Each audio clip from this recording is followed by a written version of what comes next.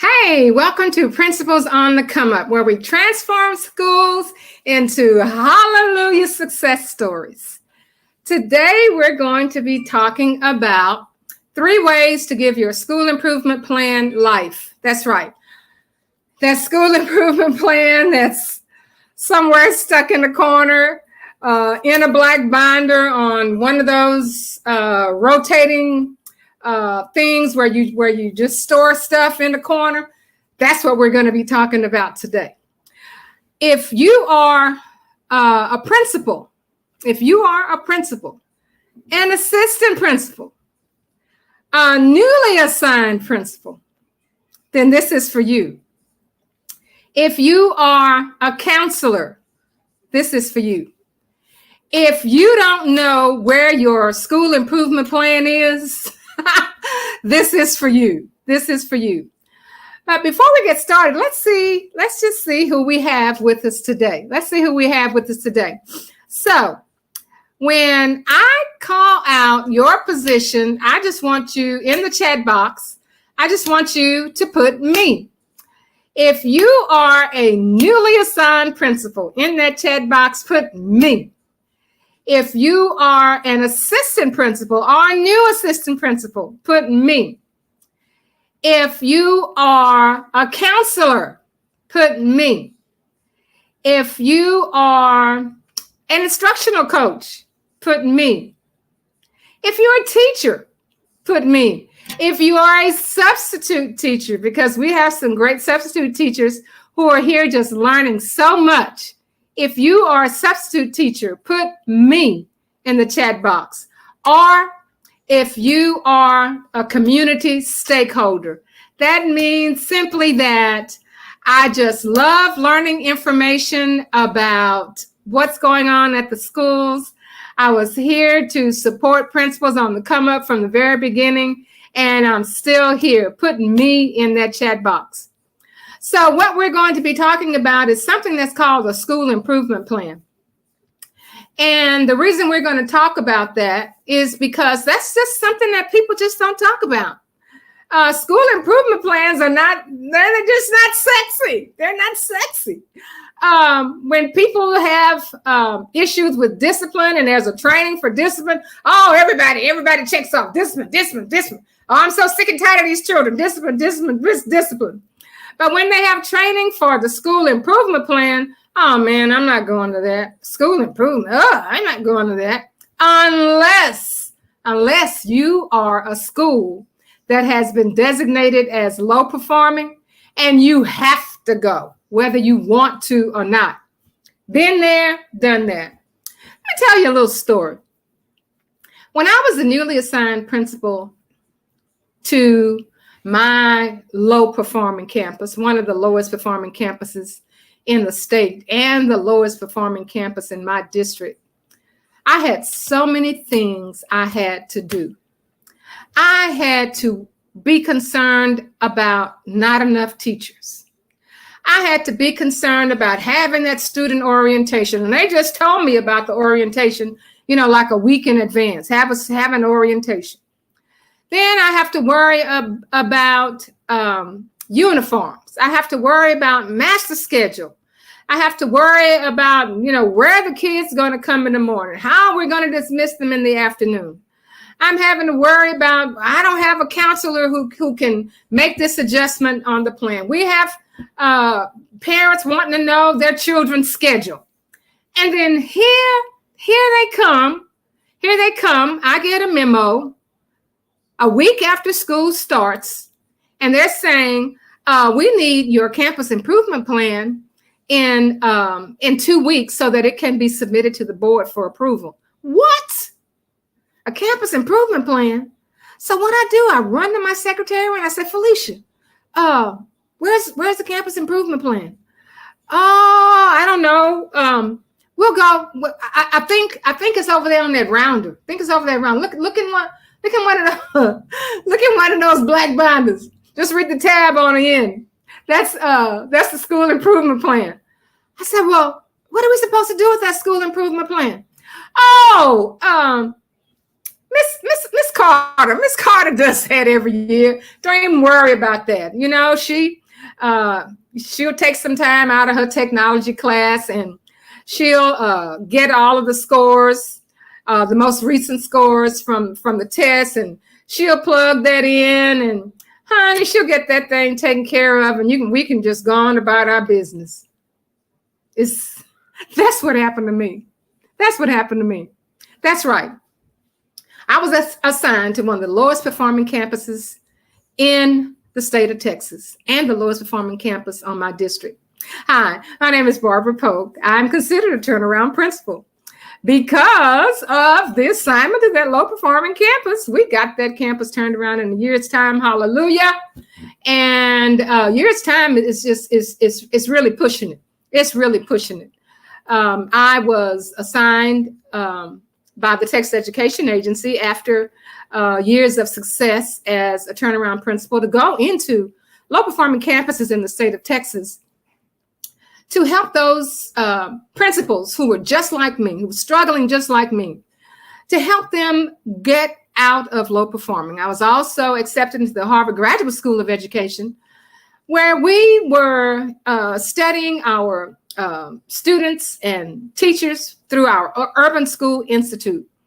And we were able to take all that information and make our school, hallelujah, success story. So I have a few questions. I have a few questions for you. Those of you who are a part of a school and you have been part of that little private team that's been working on that school improvement plan. So principals, I'm talking to principals now, and anybody else who listens, but specifically to the principals. Do you include your teachers when you're developing your campus improvement plan? I know the answer to the question. I know, because I've been there. I know what the answer is. And if you are one who, has the wherewithal, or you were around a principal who knew how to follow the plan, then hallelujah for you. The next question is, that school improvement plan, do the teachers know about it? And if they do know about it, do they think that the things that you have outlined in that student improvement plan, that they can really get that done in 3 years? Do the teachers really know? That is, if you have all your teachers. Because I know at this time, if you are in an urban school, or if you are in a rural school, you are scrambling to get teachers into your building. I know that. That's all a part of it. And the third question I have to ask you, have you ever celebrated your successes on your school improvement plan? And then evaluated the school improvement plan and made some changes along the way? I know. Who ever heard of that? But I want to tell you that within that student improvement plan is going to be your way out to a hallelujah success story. You have so many things to do, so many people pulling at you. You are being told by the superintendent, I want you to turn that school around. You are being told by the Texas Education Agency, you need to do this, this, and that. You have expectations from the community. A lot of people don't even think you need to be principal of that school. They think somebody else should have been principal of that school. You know who they are. You know who those people are. They had people actually, when they heard you were going to be principal at that school, they tried to transfer. I know, been there, done that. I know. It comes with the territory. But if you want to line things up, if you want to do things that are already prepared for you in an orderly way, then the secret to your success is going to be that student improvement plan. I don't care if you are in the red zones, what I call it, where you are low performing, where people don't want to go to your school. I don't care if you are in the brown level where you just got out of low performing And let me tell you, when you are in that place where you just got out of low performing, it's like one foot in hell and the other foot out. You don't want to go back. Or you are in the green. Oh, that's something I guess we would call maybe a grade C. We're green. I'm not at the bottom. I'm not just pulling out. I'm in the green level. Or are you in the blue level? I mean, you just streaming. You just going on. I mean, you're feeling good about yourself. Or if you are that snow-capped mountain where you have made it to the top, and you know what? That making it to the top, you had better have a plan to make sure you don't slip back down. And where is the plan? It's in your student improvement plan. It's in your student improvement plan. And the secret about being active with that student improvement plan is to tell the truth. It's to tell the truth.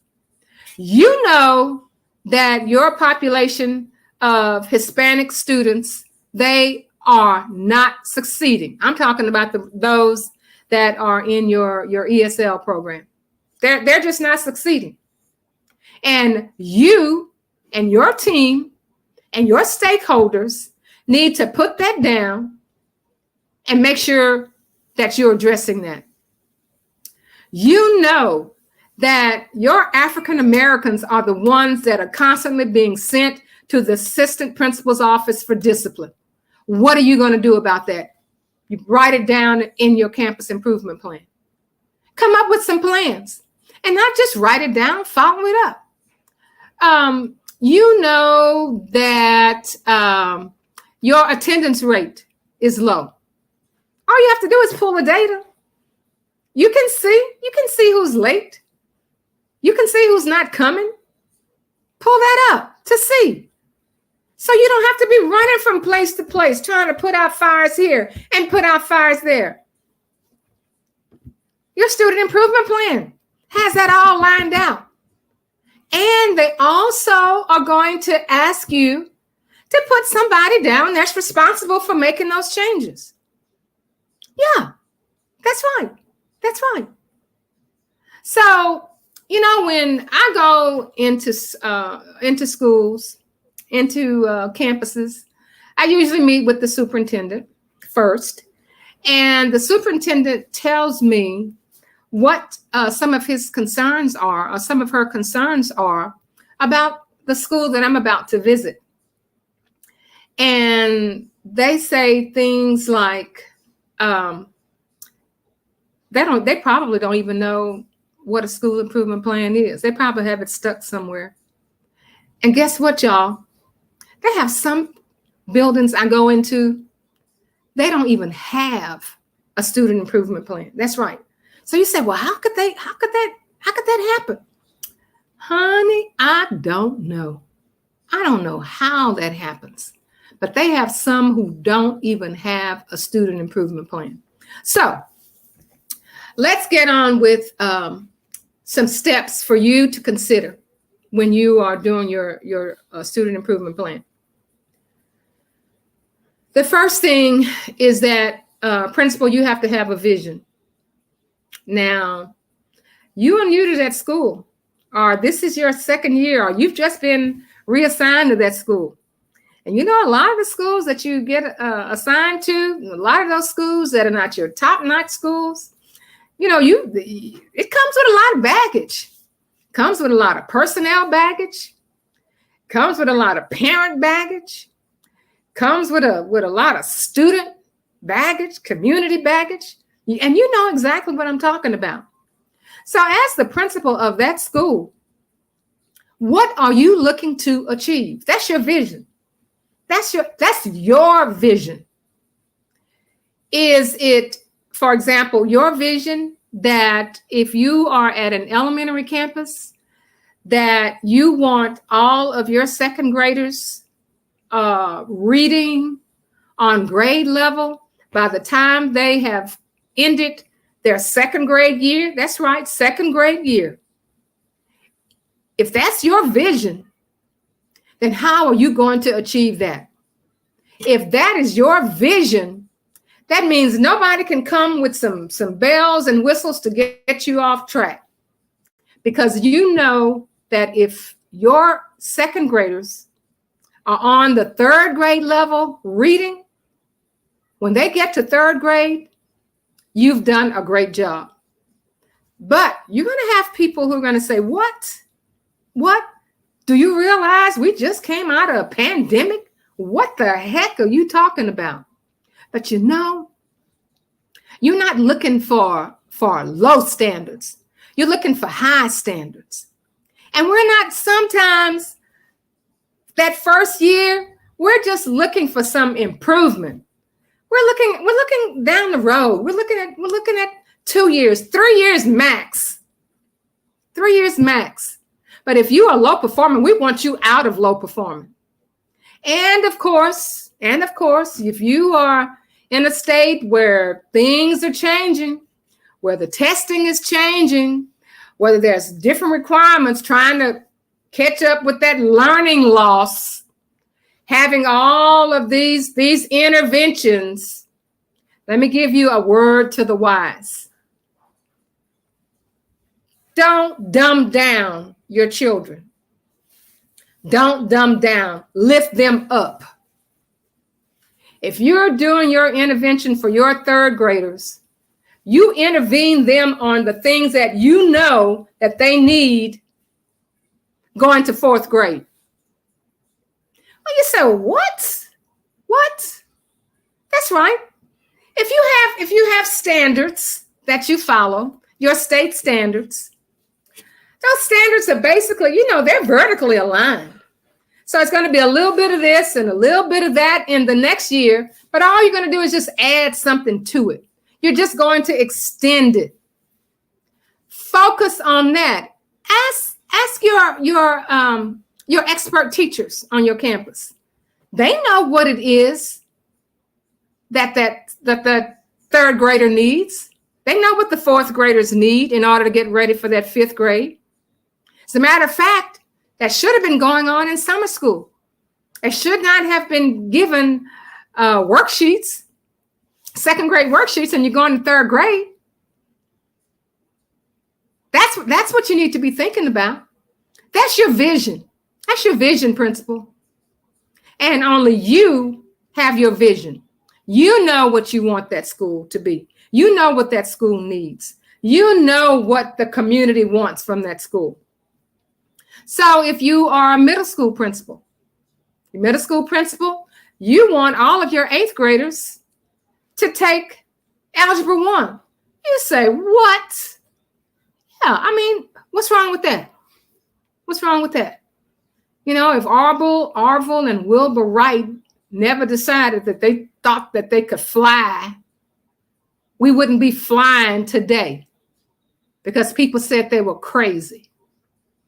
And if you are going to get any success in your campus, they're going to say, she crazy. She losing her mind. She know what kind of children we're talking about. She know what kind of parents we're talking about. Yeah, that's right. Set the standards high. Set them high. Set them high. And then once you reach part of that standard, so I'm getting closer. We're getting closer. We're going to start to celebrate. We're getting closer.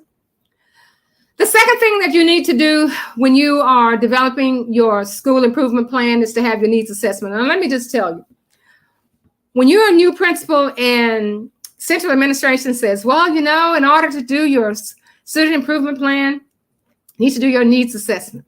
And the things that are involved in your needs assessment is your achievement data, your test scores, your walkthrough information, your evaluations, and surveys, and surveys, your student surveys and parent surveys. Guess what? Wasn't no surveys done. Survey. When am I have time to do a survey? Walkthroughs. Where are walkthroughs? Oh, they're in the assistant principal's office. So Your needs assessment, baby, nothing but your achievement data. That's all you have. That's all you have to work with. So that's your needs assessment. You can determine the needs of the students from their assessment. That's your needs assessment. And then what you have to do is include those brutal facts. The facts about discipline. You can pull that. You can pull that data. You can pull your attendance data. You can pull that. You can pull the number of students who are in special ed and what the demographics are in special ed. You can pull that. That's part of your needs assessment. I had no idea what a needs assessment was. I said, "Oh Lord, I can't do no needs assessment because I don't even, man, I can't do a survey." How you set that survey up anyway? Who do I have to get with central administration to do that? How am I going to get this out to all of my parents in time? And a lot of those parents, they're just so upset, about COVID. They're just going to write anything down there. Yeah, that's true. That's true. So the next thing you're going to do, you're going to write your goals and your objectives. And your goal is just simply where you want to go. If you want your second graders to be reading at third grade level at the end of their second grade year, then that's your goal. And then how you gonna get it? Are you gonna personalize instruction? Are you going to have some type of authentic learning? Are you going to use some type of reading lexile? Are you going to use some type of reading program? Is that what you're going to do? Well, that's a part of your goal. That's a part of your goal. And your action steps are how each employee on your campus is going to have a strategy to meet the goal and your vision. And that's all it is. That's all it is. So when I work with campuses and we look at the student data, we look at attendance, and we look at teacher data, that's all a part of our school improvement plan. Then what we do, now this is the key. This is the key. We are going to do an evaluation and a celebration every 3 months. Oh, what? Yeah. And we're going to let all the teachers know. We're going to let everybody know on that campus. Because when you do your student improvement plan, you're including the custodians. They need to know. You are including your cafeteria workers. That's right. That's right. They need to be a part of that. They need to be a part of the celebration. You need to be including people in your community. You say, "Oh man, they don't want to take time to come on over here to work on no little old funky school improvement plan." Yes, they do. Yes, they do. And you need them. You need them to get the word out to say that things are changing over at that school. You need them to say that. You need their support. You need their support. But here is the key to making your school improvement plan a success. You are going to celebrate and evaluate every quarter. And I'm not talking about the school year quarter starting in August or starting in September. No, we're talking about January, February, March. Okay? April, May, June. All right? This quarter, July, August, and September. That's right. So September, you need to take that plan out. You and your team, you and your stakeholders, and let's see what our vision was, what our goal was, and have we met it? And if there are some things in that school improvement plan that you have met, then that's a hallelujah celebration. It's a hallelujah celebration. And if we see that there are some things that we're just not getting close to, we don't throw it out. We evaluate it and say, okay. All right. So I see here these reading scores as we have been doing our walkthrough. Our second graders are struggling. Our second graders are struggling with that reading. So we need to come up with a plan to address those struggling second graders. Because remember, your vision principle, your vision is to have the second graders reading on third grade level by the time they end second grade. That's right. That's your vision. That's your vision. So when you do your evaluating, it's no finger pointing, because it's all of us. We're all in this together. We're all in this together. So when I go into the schools and I service them, we look at the plan and we just take that plan piece by piece and we work it. We work it step by step. And then every quarter, we're going to celebrate and evaluate. We're going to celebrate and evaluate. And at the end of that school year, we have everybody on board because we all know where we're going. We're all going in the same direction, from the principal to the evening custodian. We're all going in the same direction, from the principal to the people who work in the cafeteria, from the principal to the bus drivers. To the bus drivers, that's right. Those bus drivers need to know you, principal. They need to know you. They need to see you. They need to be comfortable enough to come to you if they're having issues on the bus, if they have celebrations, because it's not all negative. So at the end of that school year, when you have your celebration, you are going to be celebrating some hallelujah success stories. And what does that do? That keeps teachers on your campus. That's what that does. What does that do? The word spreads in the community that something's good going on over there. What does that do? Your superintendent and your board of trustees, they're very pleased about making the selection for you being the principal of that school. What else does that do? The children are happy because they see that they are your focus. They see that they are learning, they're feeling good. That's all about having ways to give your school improvement plan life, because we know most school improvement plans are what? Dead. They're dead. They're dead. Or they don't exist. They're in osmosis. They're just out there. They don't exist. So if you want to know more about school improvement, and by the way, I think I'll put some things in our file to kind of help you kind of get some clarity on the school improvement plan. So just kind of look for that.